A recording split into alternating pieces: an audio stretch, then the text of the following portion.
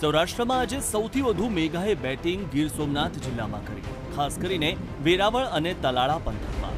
ભારે વરસાદને પગલે વેરાવળના અનેક ગામડાઓ સંપર્ક વિહોણા બન્યા હતા. ગામડાઓને જોડતા રસ્તાઓ પર જળબંબાકારની સ્થિતિ હતી. અદ્રશ્યો વેરાવળના નાવદ્રા ઇન્દ્રોય રોડ પરના છે, જ્યાં રસ્તા પર કમર સુધીના પાણી વહેતા જોવા મળ્યા. ભારે વરસાદને પગલે અહીં રોડ નદીમાં પરિવર્તિત થઈ ગયો અને વાહનો અટવાઈ પડ્યા, જેને ધક્કા મારીને બહાર કાઢવા પડ્યા. તો નાના વાહનો તો સદંતર બંધ થઈ ગયા હતા.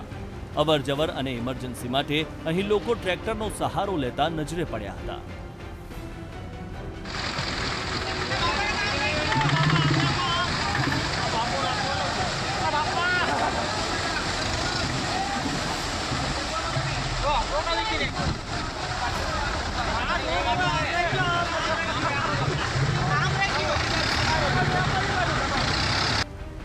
ગીર સોમનાથના પાટનગર વેરાવળમાં 2 કલાકમાં 3.5 ઇંચ વરસાદ ખાબક્યો હતો, જેના કારણે સમગ્ર શહેર જળમગ્ન બન્યું હતું. વેરાવળના મુખ્ય બજારોમાં પણ નદીની જેમ ઘૂંટણસમા પાણી વહી રહ્યા હતા. ધોધમાર વરસાદના કારણે નીચાણવાળા વિસ્તારોમાં દુકાનોમાં પાણી પણ ઘૂસવા લાગ્યા હતા. અદ્રશ્યો વેરાવળ શહેરમાંથી પસાર થતી દેવકા નદીના કાંઠે વસેલા રહેણાંક વિસ્તારના છે. ભારે વરસાદને કારણે નદી ગાંડીતૂર બની છે અને નદીના પાણી આસપાસની સોસાયટીઓમાં અને વિસ્તારમાં ફરી વળ્યા હતા, જેના કારણે રોડ પર પણ ઘૂંટણસમા પાણી વહી રહ્યા હતા અને આ કારણે લોકોને હાલાકીનો સામનો કરવો પડ્યો હતો. તો આ તરફ ભગવાન શ્રી કૃષ્ણએ જ્યાં પોતાના પ્રાણ ત્યાગ્યા હતા તેવા ભાલકા તીર્થમાં પણ જળબંબાકારની સ્થિતિ જોવા મળી. ભારે વરસાદને કારણે ભાલકા મંદિર પરિસરમાં પણ ઘૂંટણ સુધી પાણી ભરાયા હતા. હવે આ દ્રશ્યો પણ જુઓ. આ જળમગ્ન સ્થિતિ સોમનાથ જેતપુર નેશનલ હાઈવે પરની છે, જે ભારે વરસાદને કારણે પાણીમાં ગરકાવ થઈ ગયો હતો અને હાઈવે પરથી પણ પૂરની જેમ પાણી વહેવા લાગ્યા હતા. ભારે વરસાદને કારણે સોમનાથ આવતા જતા યાત્રિકોને ભારે હાલાકી ભોગવવી પડી હતી. જો કે વાહનો અટવાતા પોલીસ વિભાગે તંત્રની મદદથી નેશનલ હાઈવેના ડિવાઈડરો તોડીને પાણીનો નિકાલ કર્યો હતો, જેથી ફરી વાહનોની અવરજવર શરૂ થઈ શકી હતી.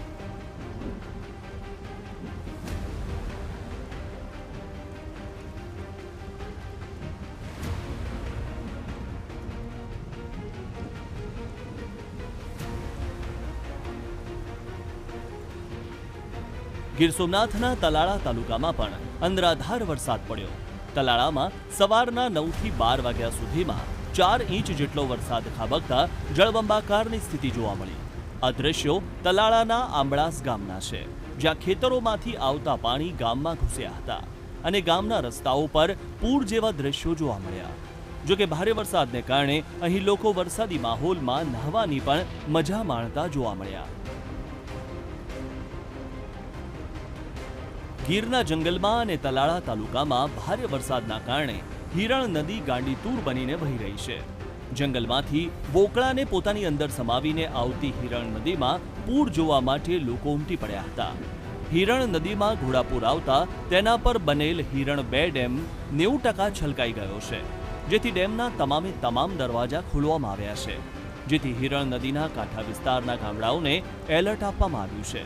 જો કે હિરણ ડેમ છલકાતા ધરતીપુત્રોમાં અનોખો આનંદ જોવા મળી ગયો છે. જે હિરણ 2 ડેમ છે, જે માર્ચ મહિનામાં જે એના રિનોવેશનની કામગીરી જે સિંચાઈ વિભાગે શરૂ કરી હતી અને યુદ્ધના ધોરણે ચોમાસા પહેલા એ પૂરી કરી અને પાછલા 4 થી 5 દિવસના જ વરસાદમાં આ ડેમ 90% ભરાઈ ગયો છે. ડેમના જે 7 ગેટ છે એ અડધો ફૂટ ખોલેલ છે અને 4000 ક્યુસેક પાણી છે એ નદીમાં છોડવામાં આવે છે. અને આનાથી આખા વર્ષનો જે આપણો વેરાવળ સોમનાથ જે પાટણ નગરપાલિકા છે, સૂત્રાપાડા નગરપાલિકા છે, આજુબાજુની જૂથ યોજનાના ગામો છે અને કંપનીને જે આપણે પાણી આપીએ છીએ, તમામનો આખા વર્ષનો જે પાણીની જરૂરિયાત છે એ કુદરતે છેલ્લા 4 દિવસમાં. જૂનાગઢ જિલ્લામાં પણ આજે 3 થી 4 ઇંચ જેટલો વરસાદ નોંધાયો છે. જિલ્લાના મેદરડા તાલુકામાં ભારે વરસાદના કારણે મધુવંતી નદીમાં ઘોડાપૂર આવ્યું. નદીના ધસમસતા પાણીના કારણે મેંદરડા, કેશોદ અને ખોખરડાને જોડતો કોઝવે પાણીમાં ગરકાવ થઈ ગયો છે. જો કે લોકો અહીં કોઈપણ પ્રકારનું જોખમ ન ખેડે તેને જોતા તંત્ર દ્વારા પોલીસ બંદોબસ્ત પણ ગોઠવી દેવામાં આવ્યો છે. જૂનાગઢના ઘેડ પંથકમાંથી પસાર થતી સાબલી નદીમાં ઘોડાપૂર આવ્યું હતું. જૂનાગઢ અને મેદરડા પંથકમાં ભારે વરસાદને પગલે સાબલી ડેમ ઓવરફ્લો થયો છે. ડેમ છલકાઈ જતા 9 દરવાજા 4 ફૂટ સુધી ખોલવામાં આવ્યા હતા, જેના કારણે સાબલી નદી બે કાંઠે વહેતી થઈ છે. ઉપરવાસમાં ધોધમાર વરસાદથી ફરી એક વખત ઘેડ પંથકમાં તારાજી સર્જાવાની આશંકા છે.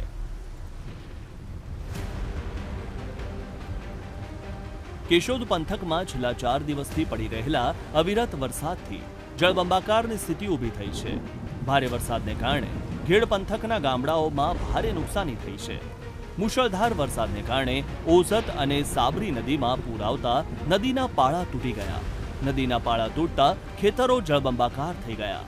ખેતરમાં બનાવેલા મકાનો પણ પાણીમાં ડૂબી ગયા હતા. ખેડૂતોના મગફળીના પાકને મોટું નુકસાન થયું છે.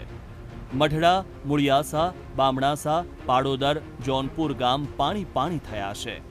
મટિયાણા, બાલાગામ, સાઢા, સરમા સહિતના ગામો પણ જળમગ્ન થયા છે. પોરબંદરમાં વરસેલા અવિરત વરસાદને કારણે ઘેડ પંથક જળબંબાકાર થયો છે. ઘેડના જે ગામમાં ઇતિહાસમાં પણ ક્યારેય પાણી નથી આવ્યું, તે ગામમાં વરસાદી પાણી ફરી વળ્યા છે. ભારે વરસાદને કારણે ઘેડ પંથકમાં સિઝનમાં બીજી વખત ઘોડાપૂર આવ્યું છે. માધવપુરથી ગોસા સુધીનો વિસ્તાર જળમગ્ન થયો છે. પૂરને કારણે 22 જેટલા ગામની હાલત કફોડી બની. આ દ્રશ્યો જોતા ઘેડને વરસાદે કેટલું ઘમરોળ્યું છે તેનો અંદાજ લગાવી શકાય છે. તેવામાં હવે જો વધુ વરસાદ પડશે તો લોકો વધુ મુશ્કેલીમાં મુકાઈ શકે છે. દ્વારકા જિલ્લામાં પણ છેલ્લા 5 દિવસથી અવિરત વરસાદ વરસી રહ્યો છે. આજે ખંભાળિયા અને આસપાસના ગ્રામ્ય વિસ્તારોમાં અનરાધાર વરસાદ પડ્યો, જેના કારણે રસ્તાઓ પાણીમાં ગરકાવ થઈ ગયા હતા. આ દ્રશ્યો વડતરા ગામની બજારોના છે, જેમાંથી ઘૂંટણસમા પાણી વહેતા થયા હતા. તો ખંભાળિયાના જોધપુર ગેટ, નગર ગેટ, રામનાથ સોસાયટી અને સોની બજાર સહિતના વિસ્તારોમાંથી પણ નદીની જેમ પાણી વહેતા થયા હતા. જો કે હજુ પણ સૌરાષ્ટ્રના અનેક જિલ્લાઓમાં આગામી 5 દિવસ અતિ ભારે વરસાદની હવામાન વિભાગ દ્વારા આગાહી આપવામાં આવી છે.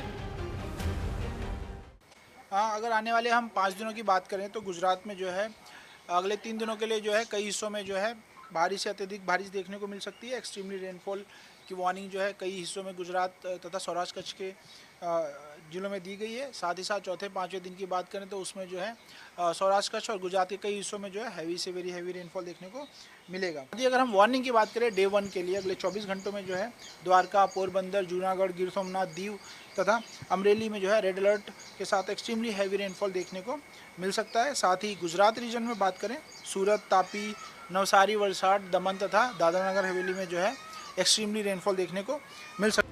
હવામાન વિભાગના મતે આગામી 5 દિવસ સુધી સૌરાષ્ટ્ર અને દક્ષિણ ગુજરાતમાં ભારેથી અતિભારે વરસાદની શક્યતા છે, જેમાં સૌરાષ્ટ્રના અનેક જિલ્લામાં આગામી 5 દિવસ સુધી રેડ એલર્ટની સ્થિતિ રહેશે. એટલે કે હજુ પણ અનરાધાર વરસાદની સંભાવના છે. Bureau report, VTV news.